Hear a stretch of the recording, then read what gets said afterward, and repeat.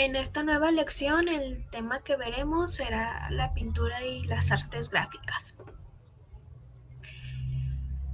Para algunos analistas, los años 80 del siglo XX marcaron el término de la modernidad, entendida como un conjunto oficial de normas que todos debían seguir. Ese sistema de normas surgió con el movimiento de la Ilustración durante la Revolución Francesa y la independencia de Estados Unidos y consolidada con la Revolución Industrial. Durante los siglos XVIII y XIX y casi todo el XX, la visión del mundo siguió por el progreso y la realización de una finalidad que empujaba a la historia universal común a todos los individuos. Desde esta perspectiva, la modernidad tenía un significado preciso: la transformación de las sociedades de matriz cultural europea unida a la hegemonía cultural, política y económica, es decir, el seguimiento de la mentalidad europea que ponía al viejo continente como modelo del estilo de la vida que debían seguir las sociedades no europeas. Ante el malestar intelectual resultante del fin de una gran era, los intelectuales de matriz cultural europea adoptaron el término posmodernidad para referirse a la fase donde se encontraría ahora su cultura.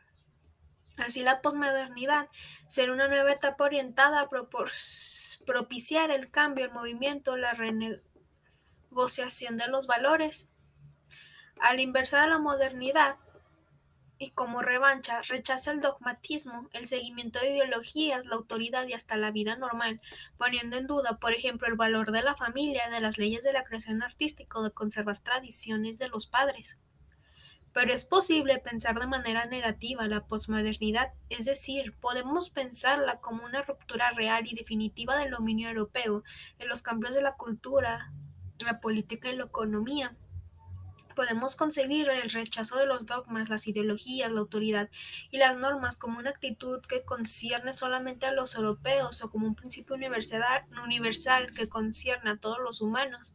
Para dar respuesta a estas preguntas, algunos analistas han reagrupado el movimiento posmodernista en dos grupos de corriente: una tendencia hacia una actitud revisionista del modernismo, abogada por una ruptura que mantuviera alguna continuidad con las ideas modernistas, y que se denominaría posmodernismo constructivista. La tendencia opuesta sería una línea antimoderna, con rechazo a la doctrina de la supremacía de la razón, del concepto de verdad, de creer que el ser humano y la sociedad sean mejorables. Esta corriente ha sido llamada posmodernismo constructivista. Para ilustrar esta situación problemática, en esta sección estudiaremos las principales transformaciones en el campo de la pintura y de las artes gráficas occidentales a partir de los años 80 del siglo XX. También veremos el pop art o arte pop, que surge como la última expresión del dominio cultural europeo, aun cuando haya alcanzado su pleno desarrollo en Estados Unidos. A través del postmodernismo, la libertad individual volvió a resurgir como un concepto central en el campo de la creación artística. Sin embargo, los mecanismos de mercado son utilizados para imponer un nuevo sistema de normas estéticas provenientes de Asia Oriental. A pesar de ello, la brecha abierta por el posmodernismo permite apreciar la calidad de expresiones artísticas populares, como el graffiti, las historietas, donde volvemos a encontrar la libertad individual creativa. El final del modernismo en las sociedades avanzadas. Si es verdad que el postmodernismo marca el fin de las hegemonías, habremos de aceptar que en el dominio de la pintura, el tiempo de los sismos, es decir, de las escuelas pictóricas, ha quedado atrás. Y en efecto, durante la segunda mitad del siglo XIX, el impresionismo rompió con los cánones de la pintura tradicional, tan solo para implantar otro, cuya influencia se extendió rápidamente a otros campos de las artes. El impresionismo como corriente pictórica se convirtió en una escuela artística e inauguró la última fase de la modernidad, marcada por las rupturas de las nuevas corrientes con los precedentes y por el mantenimiento de un dominio artístico ejercido desde Europa.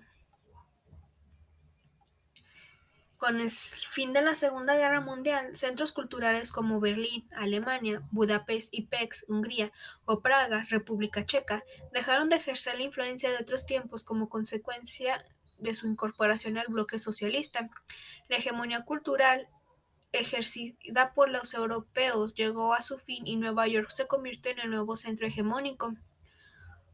Aun cuando el pop art o arte pop surgió en Gran Bretaña a mediados de los 50, alcanzó su máximo desarrollo en Nueva York. El arte pop presentaba un reto a las tradiciones de las bellas artes mediante la inclusión de imágenes provenientes de la cultura popular, tales como anuncios, noticias, etc. En el arte pop, el material es algunas veces desplazado visualmente a su contexto, aislado y o combinado con objetos que les son extraños. El concepto de arte pop es referido no tanto al arte en sí mismo, sino a la actitud que se lleva a él. Como el arte pop surgió en oposición a las bellas artes, es decir, el arte academista, entendido como el respeto de normas estéticas reconocidas y aceptadas. En ese sentido, el arte pop prefiguraba el antihegemonismo propio del posmodernismo.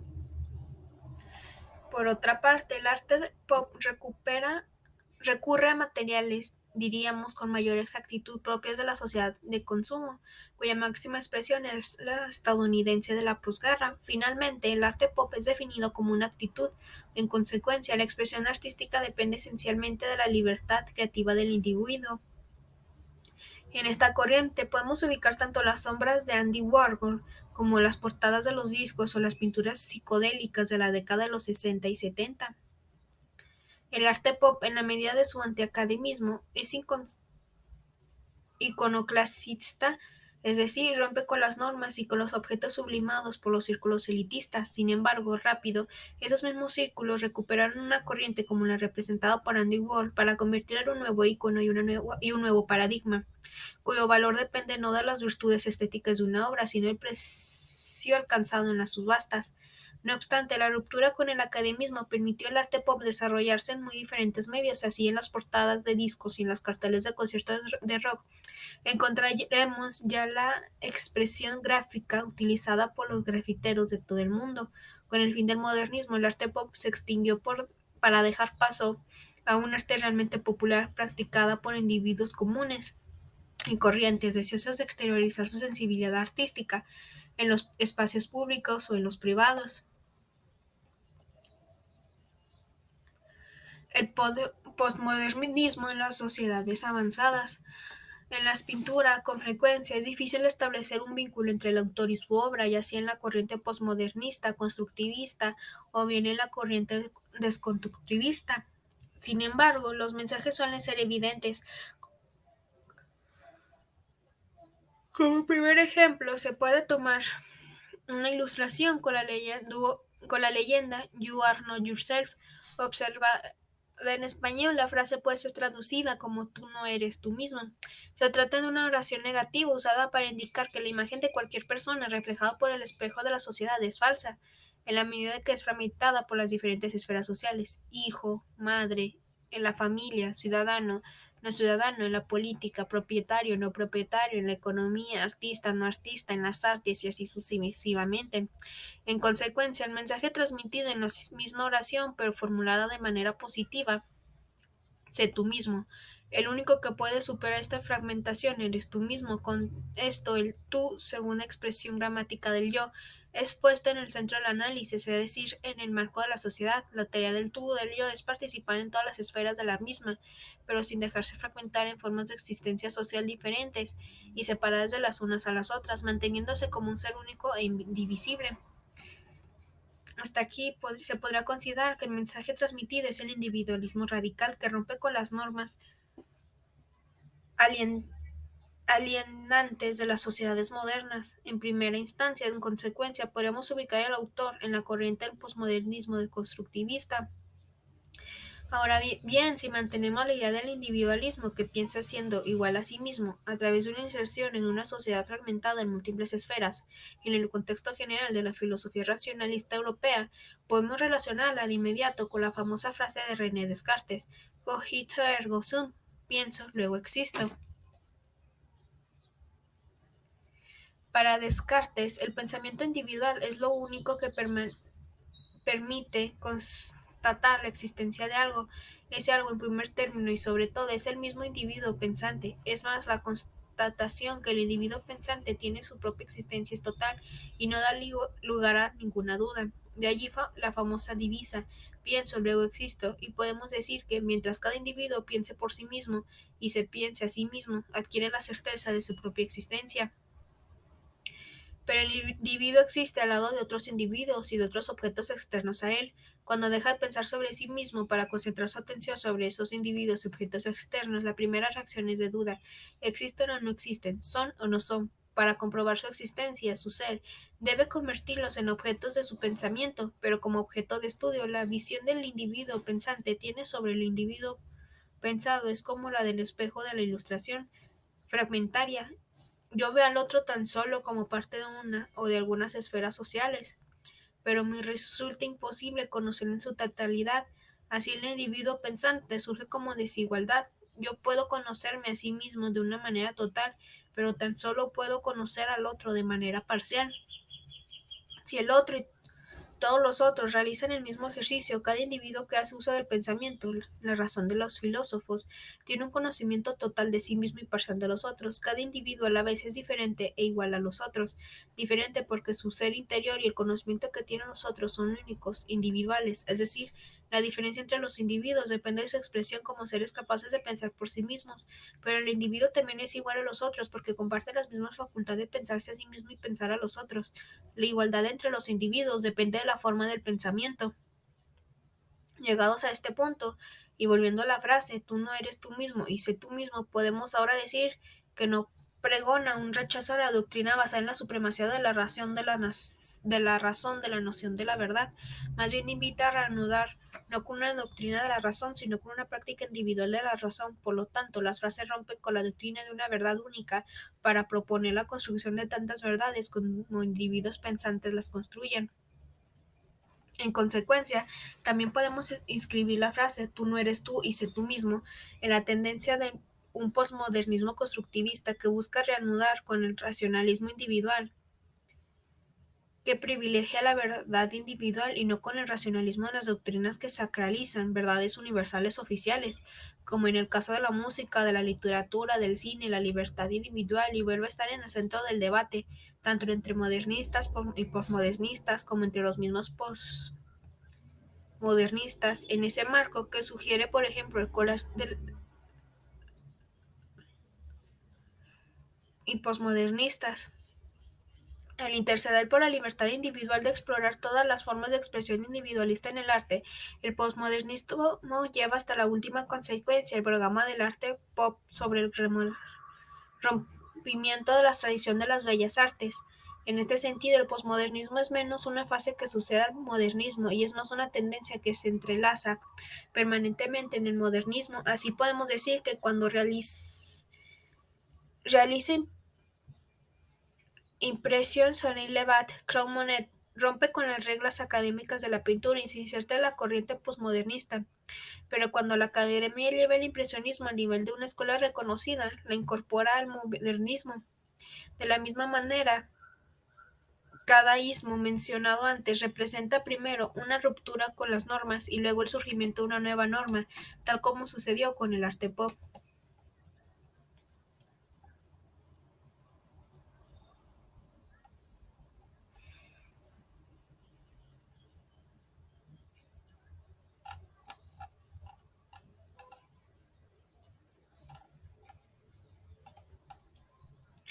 Si la expresión artística individual, al margen de las normas, constituye la esencia del posmodernismo, que la ruptura con las normas es la característica esencial del posmodernismo. Nadie puede impedir considerar una caricatura como una obra de arte. Con ello, la pintura considerada en el sentido académico del término deja de ejercer con el monopolio sobre la expresión artística de la imagen y los artistas posmodernos se han encargado de desarrollar nuevas formas de expresión de la imagen.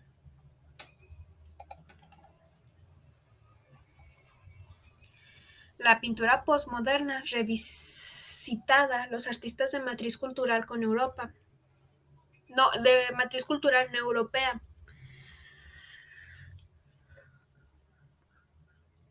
Este vaivén entre la recuperación del pasado y la ruptura con él, que se da entre modernismo y posmodernismo, es propio de las sociedades con matriz cultural europea.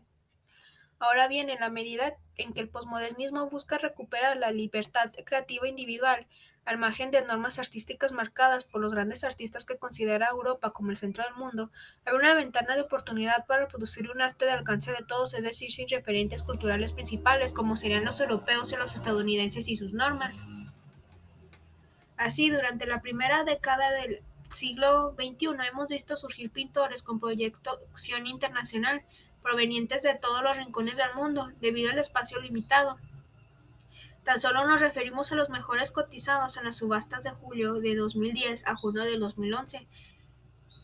Citamos en primer lugar a Julie Merud, quien nació en 1970 en Addis Abeba, Etiopía. Realizó sus estudios de licenciatura en Michigan, Estados Unidos, y Dakar, Senegal. Obtuvo el grado de maestría en Bellas Artes en Rhode Island. Ella misma ubica su trabajo en las corrientes del abstraccionismo y resume su principal interés en el papel de un individuo en un contexto amplio.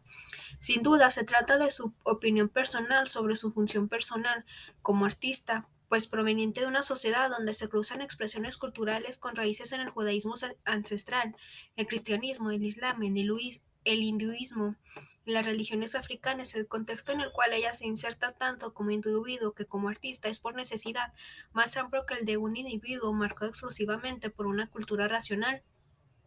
Por eso es sorprendente que en sus pinturas incorpore caligrafías chinas, dibujos japoneses, grafitis, videojuegos, nuevas imágenes, mapas geográficos, meteorológicos y urbanos,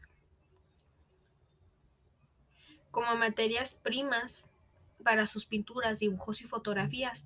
A pesar de su densa colección de sistemas y formas, su trabajo sigue siendo ligeros y plenos en un espacio grande y amplio.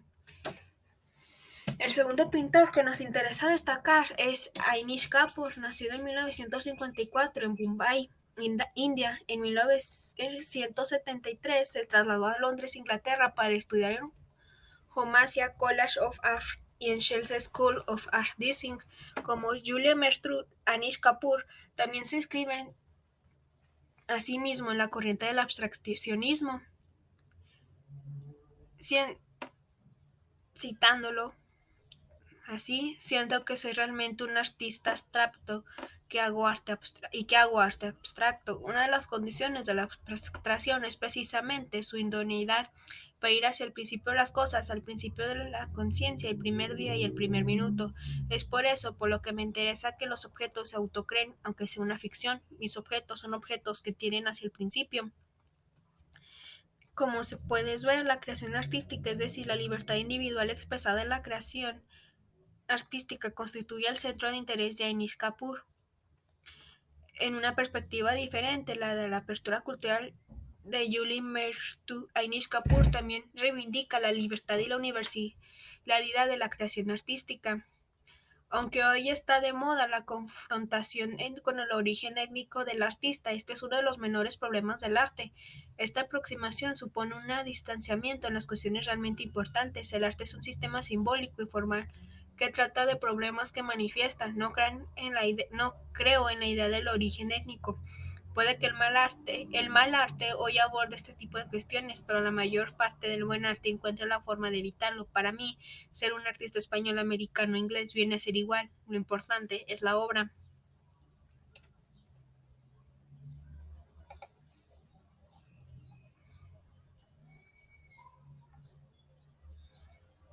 El graffiti. La Real Academia Española distingue entre grafito singular y grafitos plural. Sin embargo, en el lenguaje de todos los días los términos utilizados son graffiti y grafitis. Aun cuando estos sean incorrectos desde el punto de vista formal, lo utilizaremos en la medida en que se permite una mejor comprensión del fenómeno social que se presentará. El graffiti es tan viejo como la humanidad, pero las inscripciones que los seres humanos usan para dejar constancia de su paso por un lugar que todavía más antiguo que las del Imperio Romano.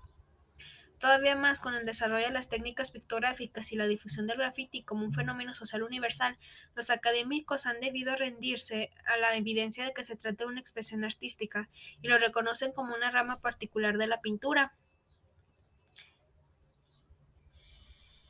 El graffiti tiene dos significados otorgados al término. En sentido general, es usado para designar tanto las pintadas de frases como la representación de imágenes sin importar el mensaje transmitido, en superficies expuestas en los espacios públicos. En sentido particular, el graffiti es considerado como uno de los cuatro pilares de la cultura hip hop.